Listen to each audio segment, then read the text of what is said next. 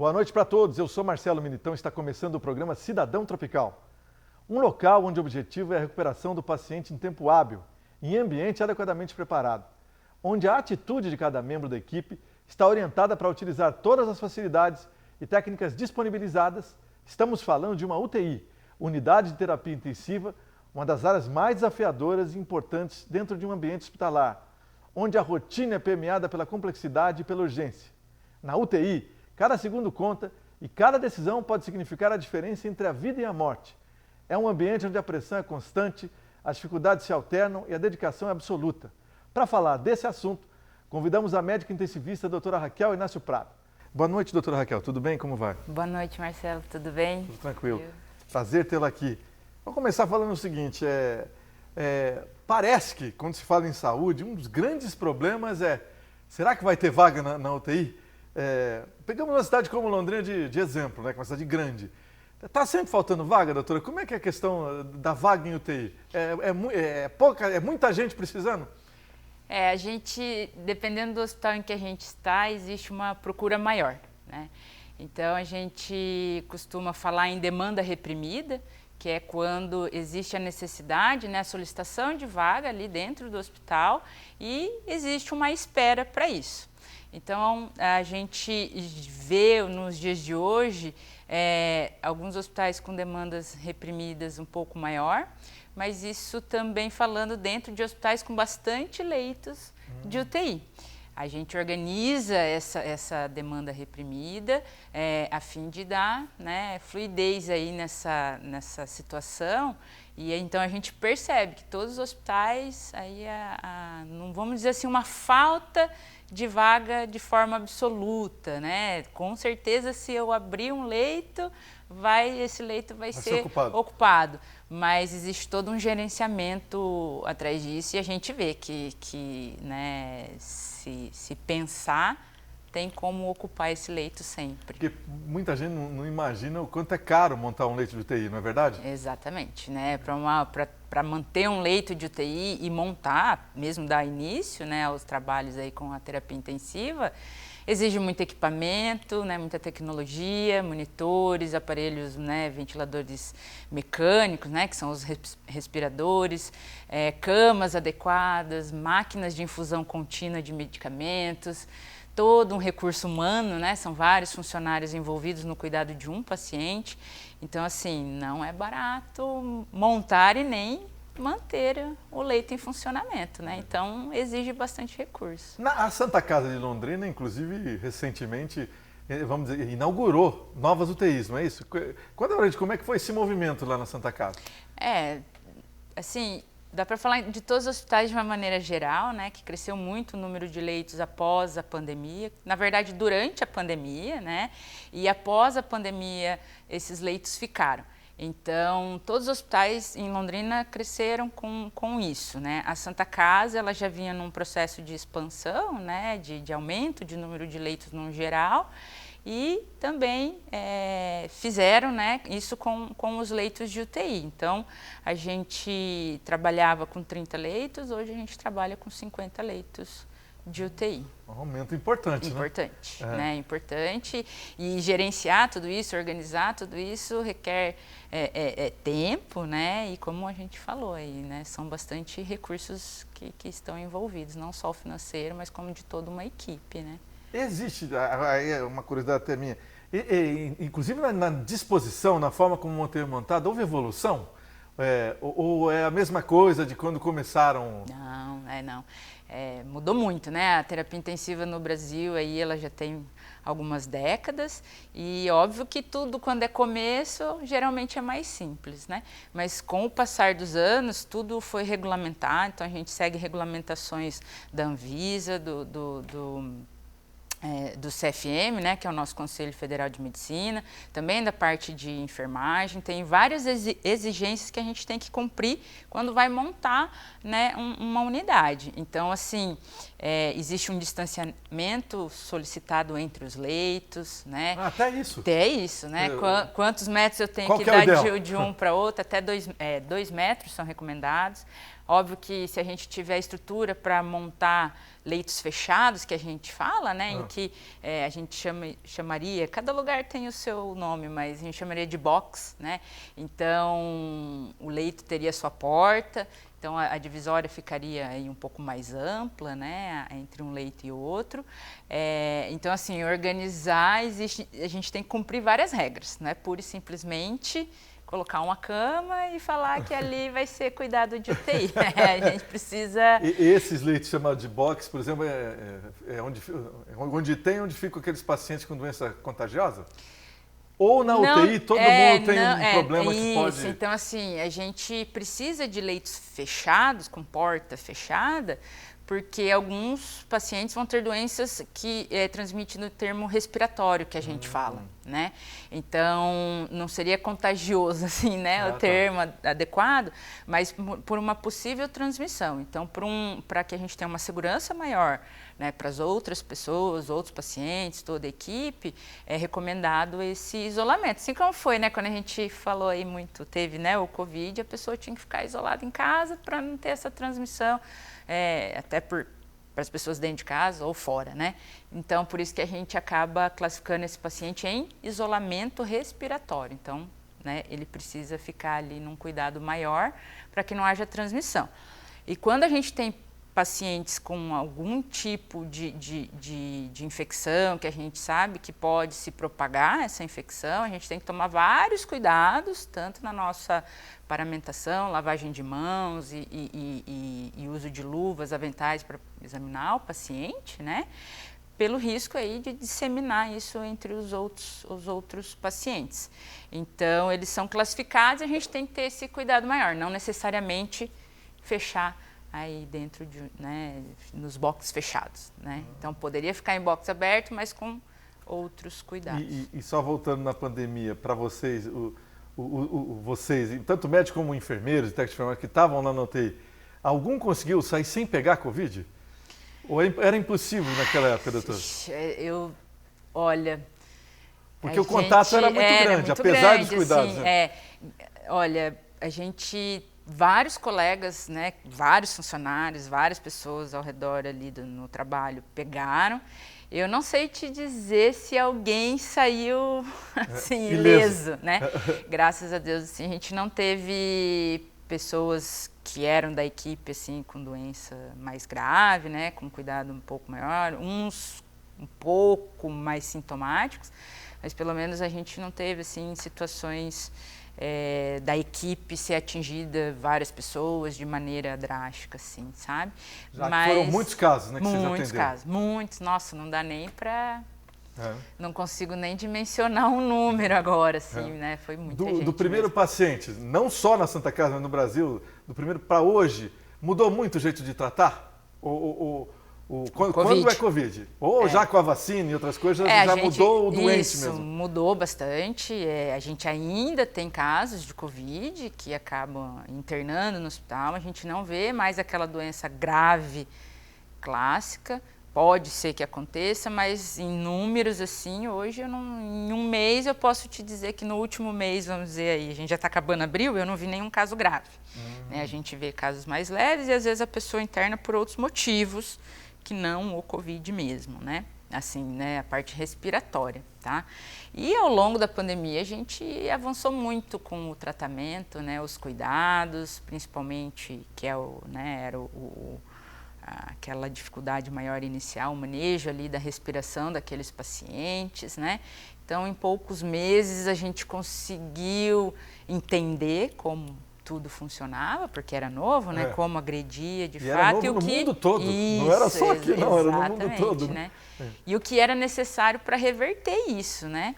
Então, a gente avançou bastante ao longo e hoje em dia, com a vacina, é nítido. Que diminuiu quase, tomara que zere, né? Com certeza, né? A gente entende que gripes existem, sim, que o Covid é uma delas, né? Mas com a vacina, com certeza, a gente saiu do sufoco. Voltando agora a falar de UTI, a gente estava falando da realidade da UTI, que foi, né, a da pandemia.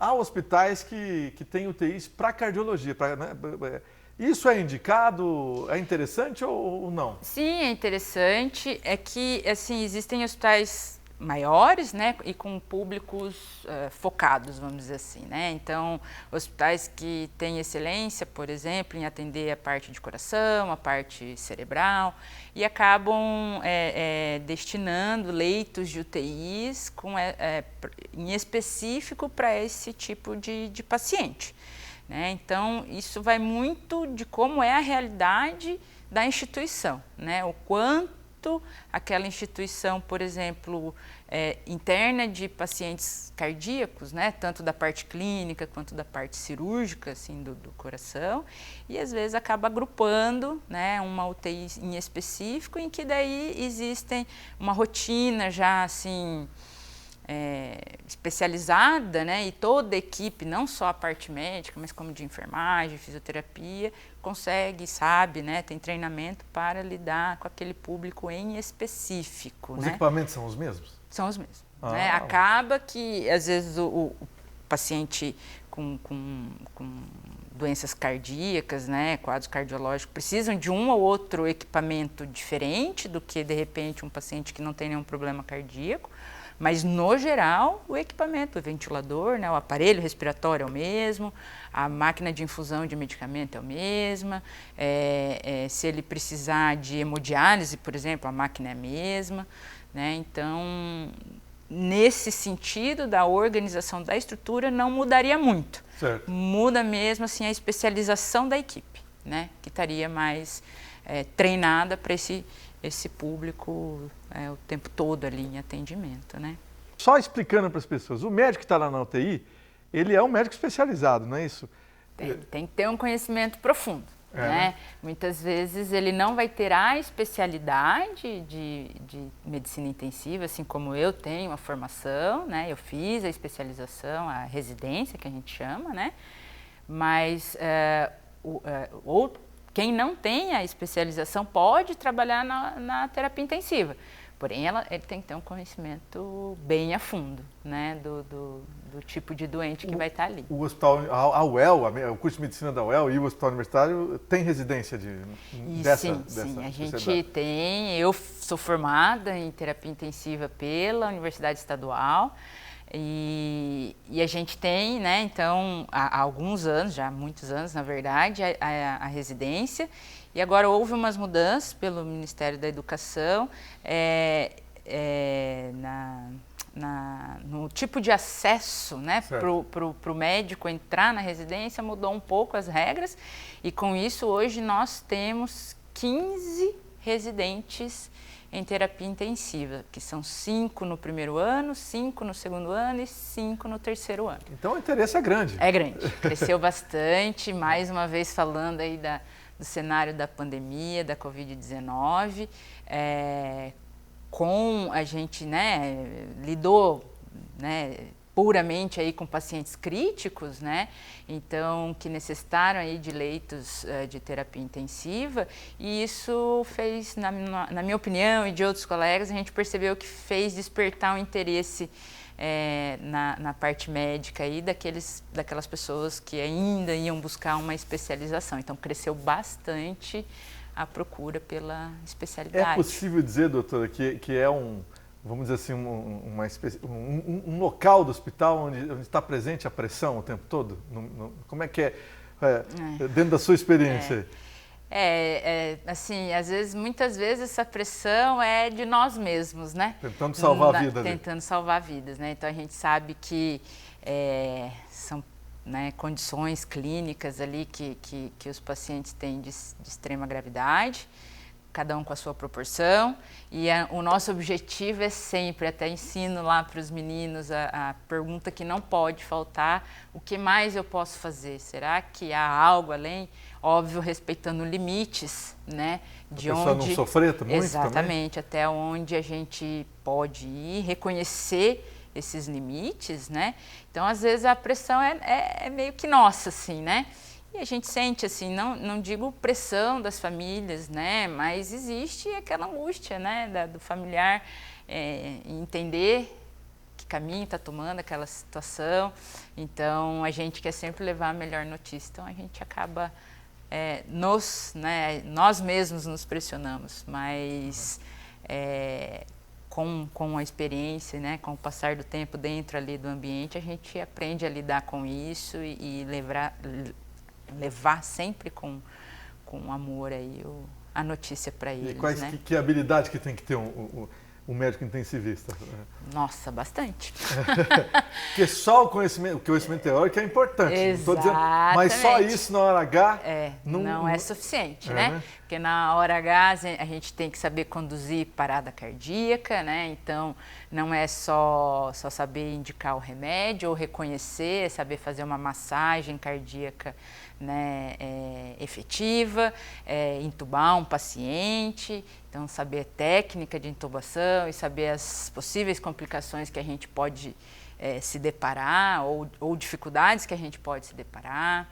A gente tem que ter habilidade de, vamos dizer assim, pegar veias mais profundas, que seria puncionar veias assim com finalidade de administrar medicações mais potentes, né? A gente precisa saber, de repente, drenar um tórax, né? Então, são procedimentos aí inerentes a outras especialidades, às vezes, mas que o médico intensivista aprende, formação, faz parte, não só do intensivista, mas de toda a área médica, mas o intensivista acaba lidando com isso aí no dia a dia, né? E não dá tempo de ligar para chamar, vem aqui me ajudar.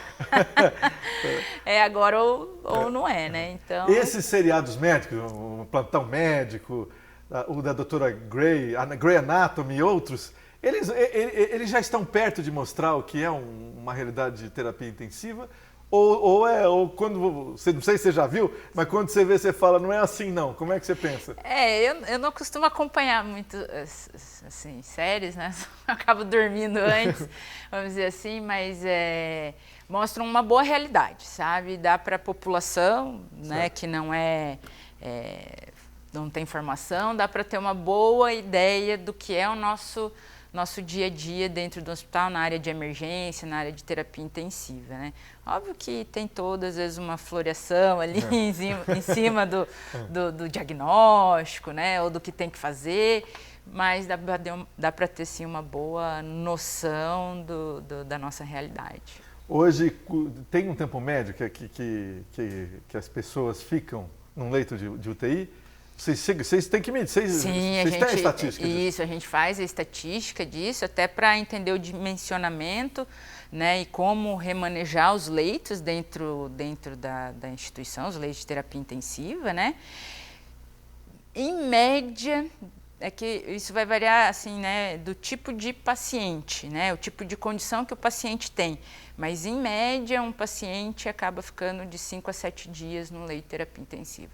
Então, isso vai oscilar aí conforme a gravidade dele, né? E é claro, já houve exceções aí de gente que ficou muito tempo. Já. Você conhece qual o tempo máximo? Que eu vivenciei, que eu acompanhei, né? Óbvio que eu já ouvi de relatos, histórias de outros colegas, mas eu com um cuidado de um paciente por 8 meses, em que a gente conseguiu... Mais de 240 dias na UTI. 8 meses. E aí a gente, né, ele tinha uma condição grave da parte neurológica, em que ele perdeu os movimentos, então ele ficava dependente do aparelho de respiração, e houve todo um processo para a gente conseguir instalá-lo em outro ambiente, que não dentro da terapia intensiva, né, e ter esse cuidado com o aparelho. Você cria até uma conexão nesse caso, né? Nossa, amizades. Nossa Senhora. Muita amizade e ele conhecia toda a equipe, ele, né, conversava com todo mundo, a família também, então ele até dedava algumas coisas pra gente, quando a gente chegava lá para fazer a nossa rotina, aconteceu isso, aconteceu aquilo, aposto que não vão te contar, então... As intercorrências. A gente cria vínculos, sim, né, a gente... aprende a lidar com essas situações adversas, mas a gente também não deixa de fazer amizade com a turma ali que está com a gente. As equipes hoje têm diversidade profissional? Aliás, eu frequentando, visitando minha mãe na UTI, que ficou na UTI, eu vi que tinha até psicóloga lá. Sim, certo? Como é que é a formação, tem que tipo de profissionais hoje? Então a gente trabalha dentro da terapia intensiva é um trabalho multidisciplinar, né?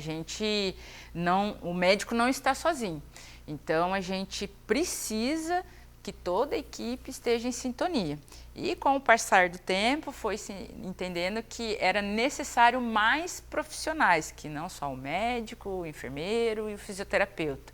Então o nutricionista entrou na equipe muito forte, isso faz parte assim, essencial dos cuidados em terapia intensiva. A área da psicologia, porque a gente tem que ter um cuidado não só com o paciente, né, das condições dele, mas da família, né, abordar de repente a família, ter um cuidado, uma atenção com aquele sofrimento que a família pode, né, demonstrar. Então a gente se preocupa com isso e acolhe também a família. O farmacêutico clínico, ele está presente dentro da UTI, não é só mandar a medicação para a gente ali, né, administrar, mas é entender toda aquela interação que um e outro medicamento pode ter para aquele paciente. Como eu já disse, né, o fisioterapeuta, o enfermeiro, que sempre estiveram presentes, mas isso ampliou ao longo dos anos. Então, assim, a gente tem até as visitas multidisciplinares em que todos esses profissionais estão ali e a gente fala sobre o paciente e cada um na sua especialidade ali para entender e proporcionar um tratamento mais humano possível. Você falou da família e tal. A família tem casos que ela chega atrapalhada, doutor? Porque às vezes a pessoa fica mais nervosa que o próprio paciente ali, né? É uma angústia, né? Então, assim, não seria atrapalhar, né? Causar um tumulto dentro da UTI e tal. Às vezes a gente tem que lidar com pessoas que estão um pouco mais, assim, sentindo aquilo mais e mais frágeis e acabam, né, externando de uma maneira um pouquinho mais intensa, mas não dá para dizer atrapalhar. A gente tem que entender que é um sofrimento e cada um passa, né, a sua emoção de uma forma e a gente tem que estar preparado para acolher essa família. Então, por isso que as especialidades, né, a psicologia, o serviço social, todas as outras foram se fazendo importantes no cuidado, porque muitas vezes o familiar pergunta, mas ele está comendo, né? O paciente está entubado, sedado, no aparelho respirador, e a preocupação dele é saber se está comendo, né? Às vezes, assim, né, é uma preocupação super pertinente, mas tem todo um outro... A gente vê, nossa, a preocupação é se está comendo, mas e a cirurgia, e o trauma que ele sofreu, né? Vai ter recuperação, não vai? Então, a gente tem que entender que as famílias vêm muito frágeis e com pouco conhecimento. Então, não diria atrapalhar, acho que eles trazem uma preocupação que a gente tem que saber cuidar também, não só do paciente. Agora vamos falar um pouco de infecção. Né? Tem muita. Infecção é um assunto que em hospital se fala muito. E na UTI, doutora, hoje já se conseguiu, já estão conseguindo baixar esses índices de infecção, especialmente com as tais bactérias resistentes? Ou superbactérias, como alguns falam? Existe um trabalho grande em cima disso, né, de policiamento e treinamento de toda a equipe, né? Como eu já disse, a gente é uma equipe multidisciplinar, então todo mundo que entra na UTI tem que saber se comportar, vamos dizer assim, né?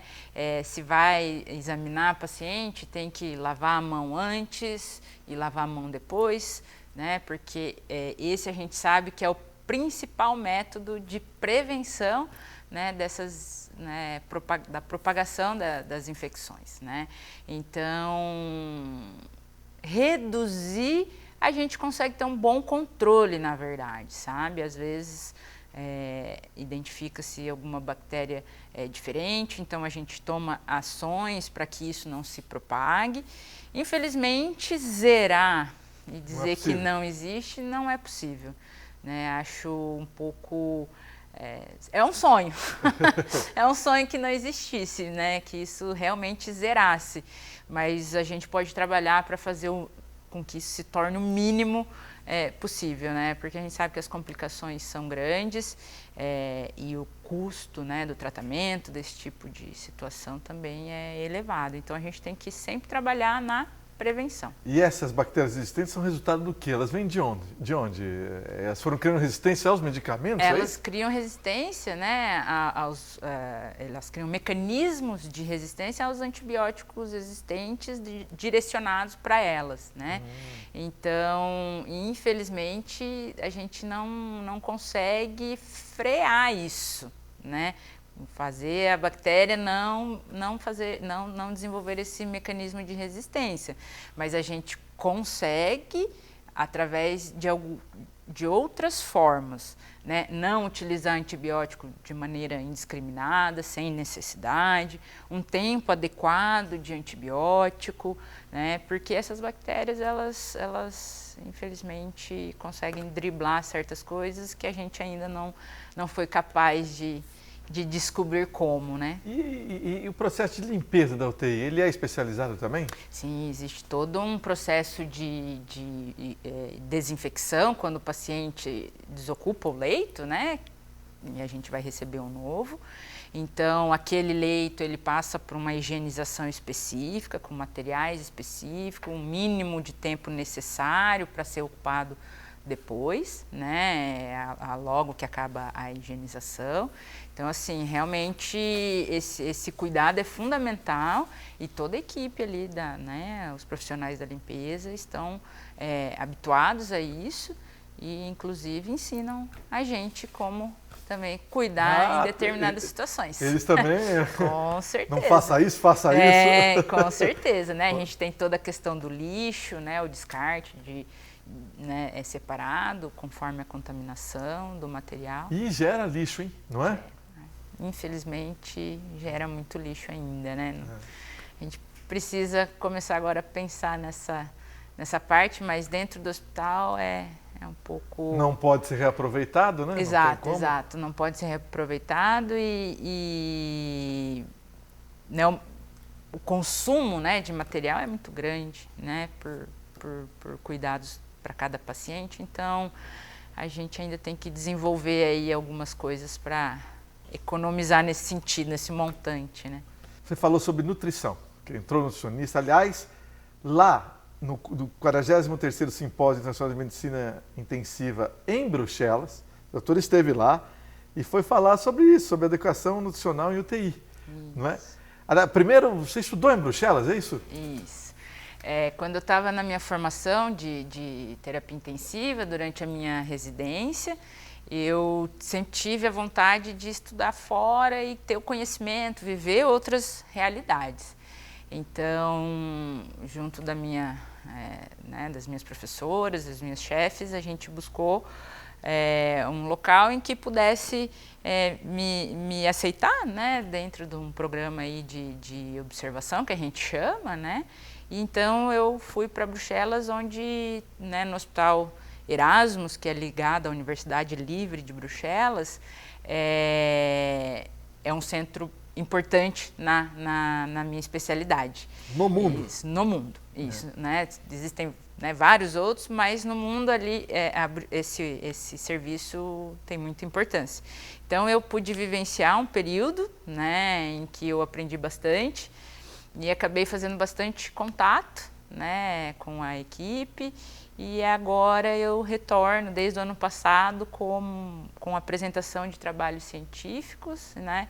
E eu tenho um especial interesse pela nutrição do doente crítico, né? Então, eu já fiz uma pós-graduação sobre isso, eu fiz meu mestrado, um pouco relacionado a isso, né? Como a gente pode, de repente, melhorar, né, cada vez mais aí a oferta da parte nutricional. O doente crítico é esse que não consegue se alimentar, né? Nem sempre, né? Nem sempre a via oral está disponível, ela é a primeira que a gente deve ofertar o alimento, né? Mas nem sempre, porque muitas vezes o paciente está entubado, né, respirando por aparelho, então a gente precisa utilizar a via enteral, né, que é quando a gente passa uma sonda, aquela que entra no nariz e vai lá no estômago do paciente, e a gente oferta os nutrientes, né, através dessa dieta enteral, que ela é preparada diferente do alimento que a gente ingere via oral. E quando você fala adequação nutricional, significa que vocês estão estudando cada vez mais um método de adequar para cada paciente isso. Isso, todo mundo tem um mínimo necessário para sobreviver, né? Eu, você, aqui, a gente almoçou, é um necessário para manter a gente funcionando, né? Então, o paciente crítico, eu como tenho esse especial interesse, eu costumo ensinar ali os alunos que ele é um maratonista que nunca descansa, né? Então, uma pessoa que está com um processo crítico de doença, ele está gastando muita energia na sua recuperação. Então, a gente precisa garantir que ele receba essa energia também, que são as calorias dos alimentos, né? E também, para que ele não perca ali muita massa magra, que a gente fala, musculatura, tudo, a gente tem que garantir que ele receba uma quantidade adequada de proteínas também, né? Então, assim como é para nós no nosso dia a dia, o doente crítico também não pode ficar sem isso, né? Pelo que eu disse, né? Ele nunca descansa, né? O organismo está sempre trabalhando na recuperação. Isso gasta muita energia e a gente precisa cuidar disso. Mas com isso faz muita diferença, então? Faz muita diferença, né? Isso é mais do que provado, já vários estudos em que o paciente que não é nutrido de maneira adequada, ele infelizmente vai ter um pior desfecho. Ele pode, esses pacientes podem morrer mais rápido, ou podem ficar um tempo maior, né, na necessidade da ventilação mecânica, porque a musculatura vai enfraquecendo e ele não tem, né, condições de respirar sozinho, tem mais infecção. Se ele tem alguma cicatrização, por exemplo, a parte cirúrgica, né, quanto menos nutrido, mais difícil essa cicatrização.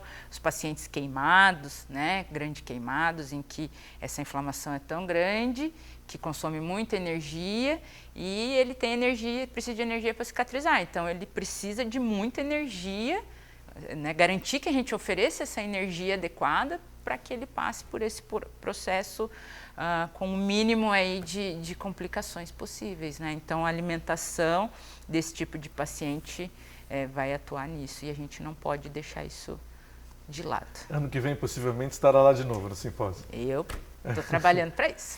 E quem sabe no futuro com alunos que já sejam residentes. Levar os residentes também, cada um com o seu trabalho. Então, a gente passa o ano produzindo conteúdo científico para que a gente possa divulgar por aí o nosso trabalho, como a gente faz.